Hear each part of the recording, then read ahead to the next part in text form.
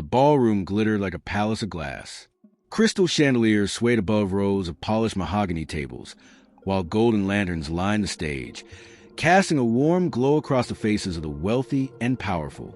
It was the annual Global Investment Summit in Shanghai, the kind of event where billionaires and tycoons gathered not only to talk about deals, but also to show off their wealth.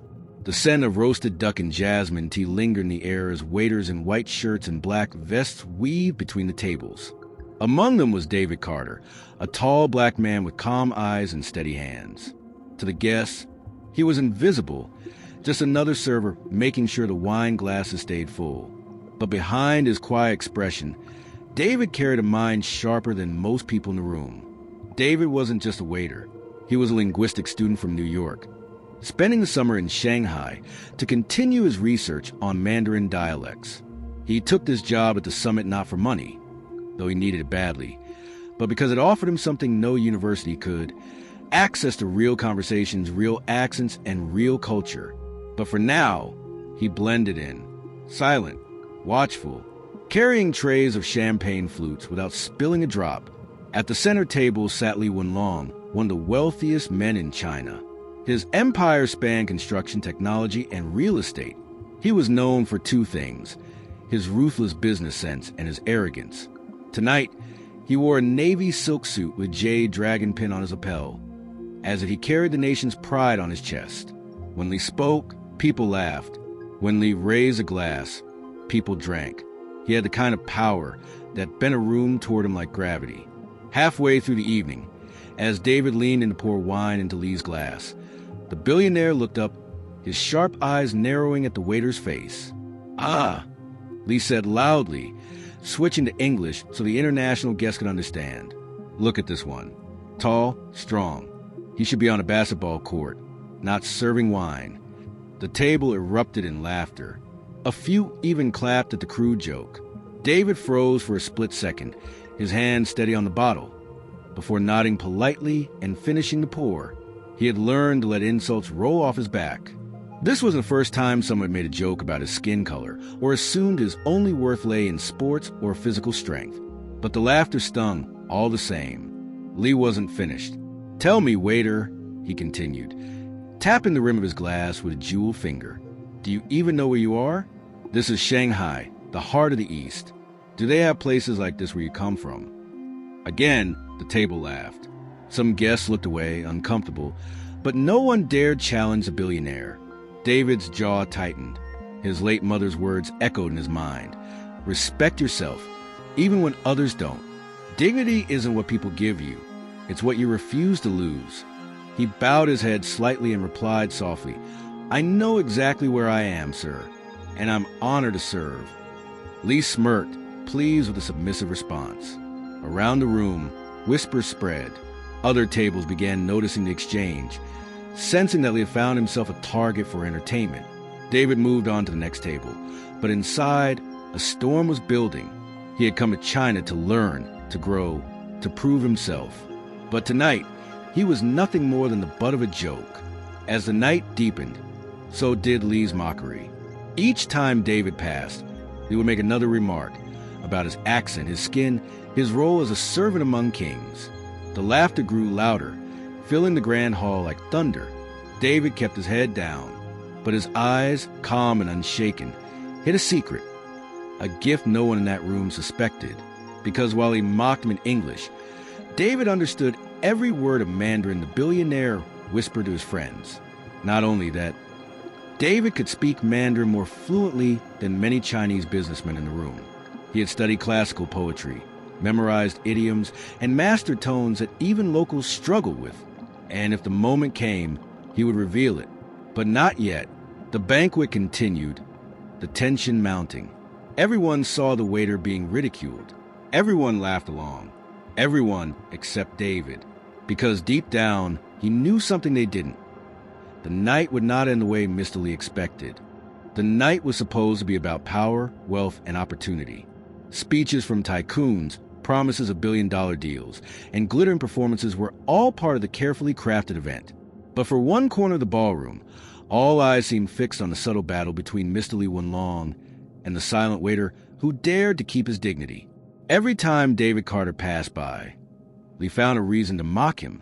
"Careful with that tray," Lee sneered, loud enough for half the table to hear. "It must be heavy for someone not used to carrying weight. Don't drop it. That's worth more than your yearly salary." Laughter. Always laughter. David forced a thin smile, setting down the wine glasses with precision. Not a drop spilled. His steady hand betrayed none of the storm brewing inside. He walked away, head held high. But inside, memories rushed back. David thought of his mother, who raised him in a small apartment in Brooklyn. She had worked 2 jobs, cleaning offices during the day and teaching community classes at night. She was the one who had sparked his love of languages. While others bought toys for their children, she bought him old books, Spanish, French, and eventually Chinese. She used to say, "Language is power, David. People can laugh at your skin, your job, or your clothes. But if you speak their language, suddenly you're no longer invisible." It was her dream that he would travel the world and become more than society's stereotypes. She had passed away just 2 years earlier, but her voice was still alive inside him. Tonight, in this glittering hall of power, her words felt heavier than ever. As David made his way past Lee's table again, the billionaire leaned back in his chair and switched to Mandarin. He assumed the waiter wouldn't understand. "Look at him," Lee said to his companions, his voice dripping with disdain, like a stray dog in a suit. "These foreigners only come here to serve. They don't belong at tables like ours." His friends chuckled. One even raised a glass in mock salute toward David's back. David's hands clenched around the tray, his knuckles whitening. He understood every word. Every insult cut deeper because they were spoken with the kind of casual cruelty only someone drunk on power could wield. But he said nothing. Not yet. At another table, 2 European investors whispered to each other. "This is getting uncomfortable," one muttered, wisely pushing this so far. The other shrugged. "Because he can. Who's going to stop him? That poor waiter." Back at the main table, Lee wasn't finished. This time, he raised his voice again in English so the entire hall could hear. "Tell me, waiter," he said, pointing a jeweled finger. "Do you know a single word of Chinese? Or do you just know how to say, 'Yes, sir, no, sir'?" The laughter was crueler now, more pointed. Even the band playing soft music paused, as if sensing the sharp edge in the room. David turned slowly, his expression calm, but his eyes burning with quiet fire. He opened his mouth slightly, but then closed it again, deciding to wait. The billionaire wasn't done humiliating himself yet. Lee smirked, mistaking David's silence for ignorance. "That's what I thought. A servant is a servant, no matter the country. You serve, we rule." The words echoed through the hall, bouncing off the crystal walls. Some of the younger guests shifted uncomfortably. Not everyone admired Lee's arrogance, but his reputation and his fortune made people afraid to speak out. David returned to the service station, setting down his tray. His heart pounded in his chest. He remembered his mother's voice again, softer this time. "There will come a moment when silence is no longer strength, David, when you must speak, not for yourself alone, but for everyone who has ever been silenced." He knew that moment was close. From across the room, Mr. Lee raised his voice once more, calling out to David as if he were a stage prop in his performance. "You there, come here." The room grew still. All eyes turned to the billionaire and the waiter he mocked.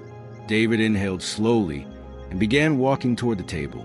His polished shoes tapped softly against the marble floor. With every step, the tension thickened. The guests leaned forward, eager to see how far Lee would push and whether the waiter would finally break. As David reached the table, Lee leaned forward, eyes glittering with arrogance. "You serve the food," Lee said, his voice sharp.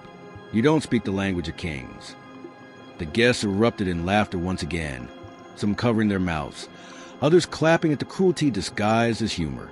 David's face remained calm, but inside, the fire roared. He had endured enough. This was no longer about him. This was about dignity, his, and everyone who had ever been mocked for who they were. And with that thought, David made his decision. The moment had come. He straightened his posture, looked Miss Lee directly in the eye, and prepared to open his mouth. Not in English, not in silence, but in the language the billionaire believed he could never speak. The room didn't know it yet, but everything was about to change. The silence that followed Mr. Li's last insult was heavy, suffocating. Even the clinking of glasses and soft chatter had stopped.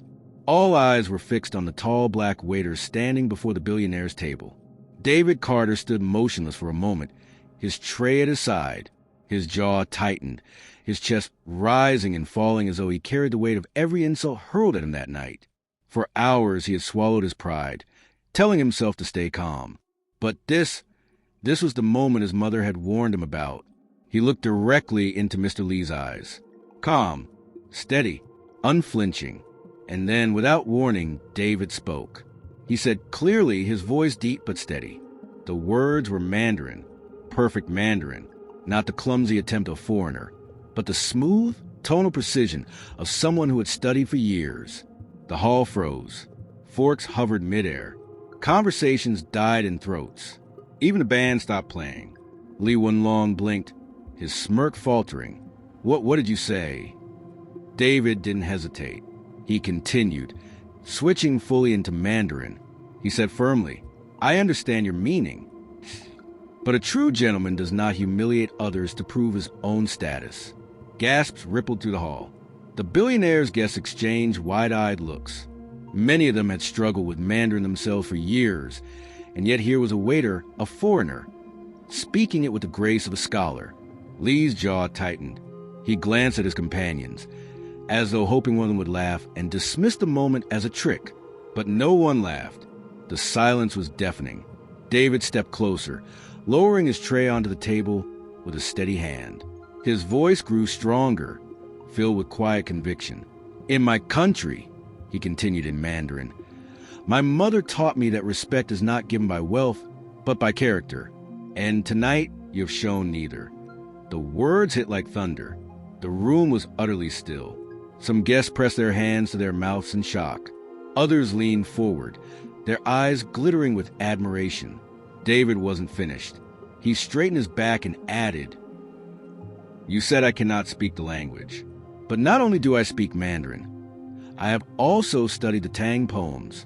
And then, in flawless recitation, he began, Within the 4 seas, all men are brothers. Though far apart, we are as close as neighbors. The line was from Wang Bo, a revered Tang dynasty poet. It was a verse about friendship and unity, about seeing beyond borders and differences. The hall erupted, not with laughter this time, but with applause. Genuine, thunderous applause that echoed off the marble walls. Some guests even stood, clapping with wide smiles, astonished at the beauty of his delivery. Li's face flushed crimson. His smirk had vanished, replaced by a scowl of disbelief and humiliation. The power he had wielded so carelessly all evening now slipped from his hands, stolen by the very man he mocked. For the first time that night, the billionaire was silent. David bowed his head slightly, his expression calm and dignified. He didn't gloat, didn't smirk. He simply stood there, a man who had claimed his respect without raising his voice, without anger, only with truth. The tide of the evening had turned. The waiter was no longer invisible. He was unforgettable.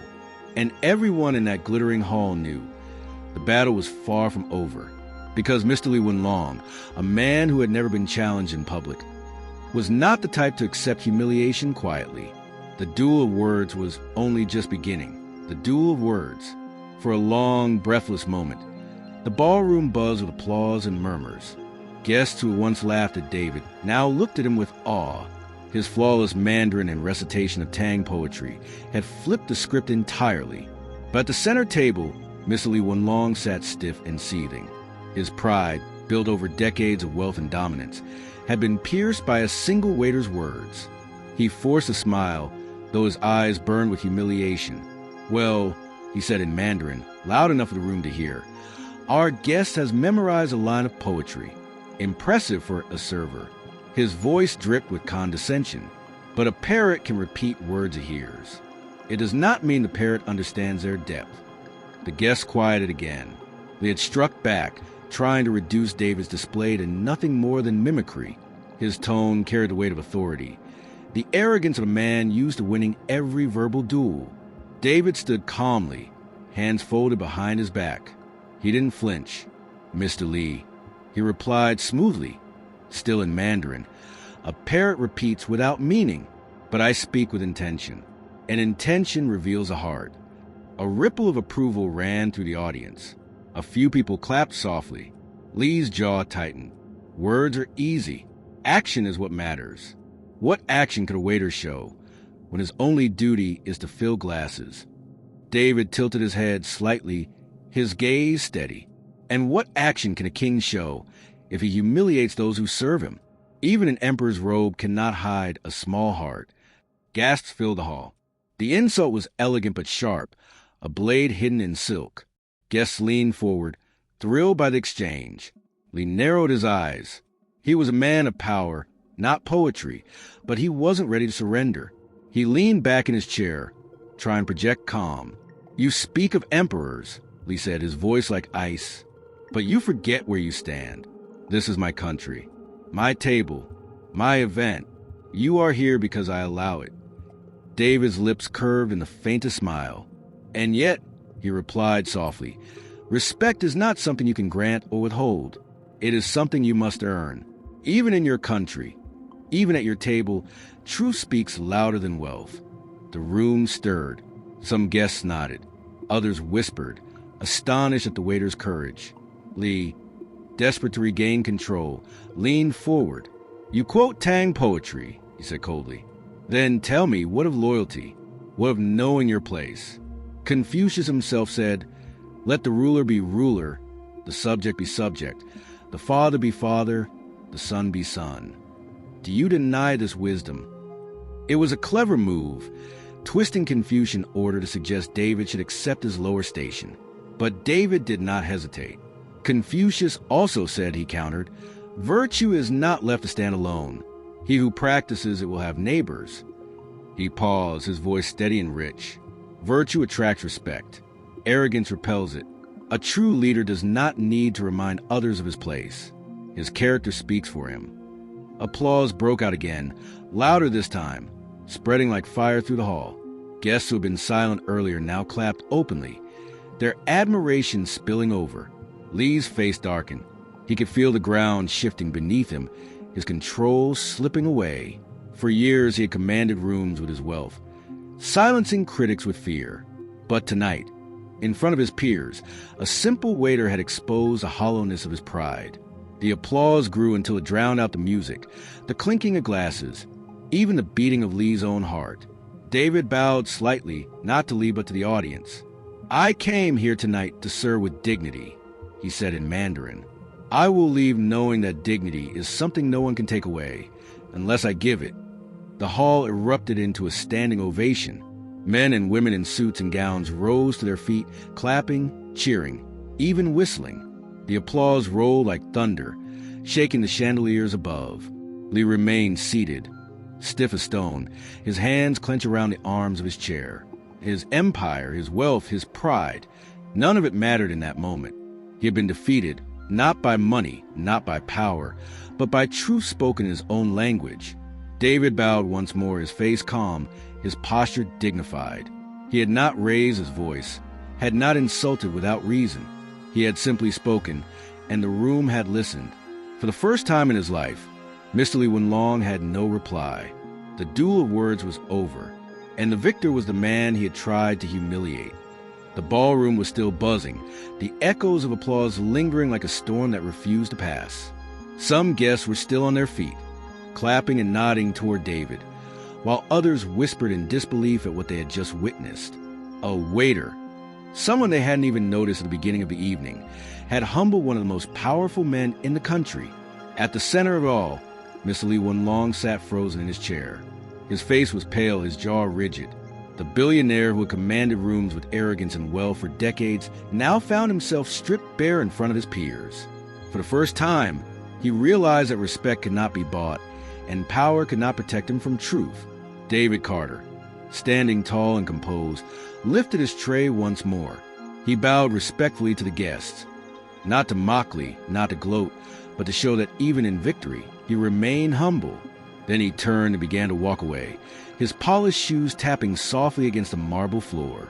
But just as he reached the edge of the ballroom, a voice called out, "Wait!" It was Mr. Li. The crowd hushed immediately. All eyes turned back to the billionaire, who had risen from his seat. His face was tight, his pride still wounded, but there was something else in his expression now, something no one had ever seen in him before. Uncertainty. He cleared his throat. What is your name?" David paused and turned calmly. "David Carter," he said, this time in English. Lee nodded slowly, his mind racing.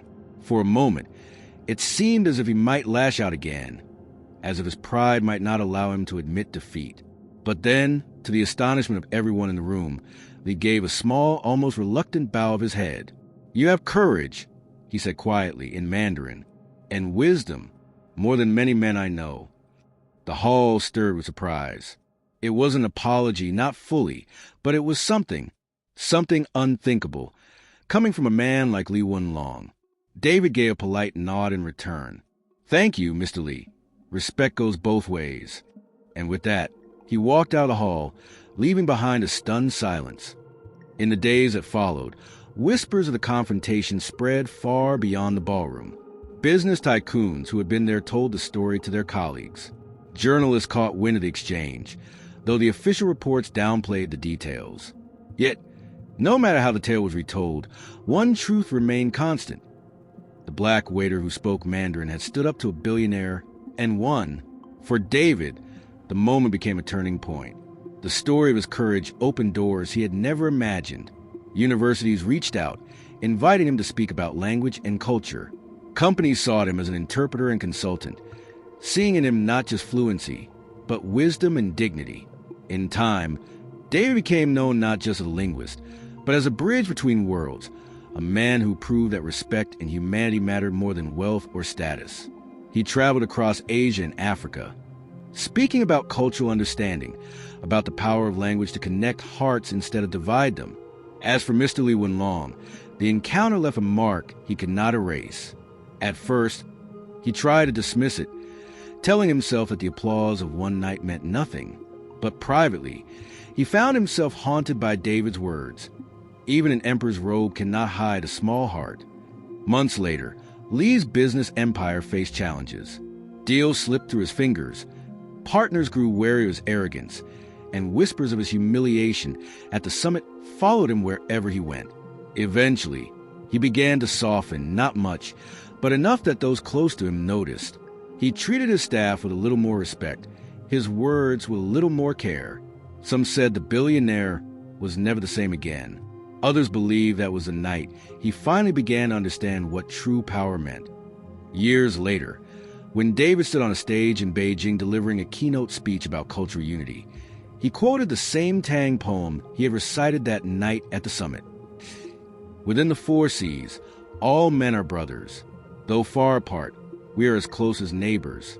The audience erupted in applause, just as they had that night, and David smiled, remembering the moment when he first spoken those words, not as a scholar or a speaker, but as a waiter fighting to preserve his dignity. The lesson was clear. Money fades, power shifts, but respect, true respect, comes from the heart. And sometimes all it takes is the courage to speak up in the language that arrogance cannot silence.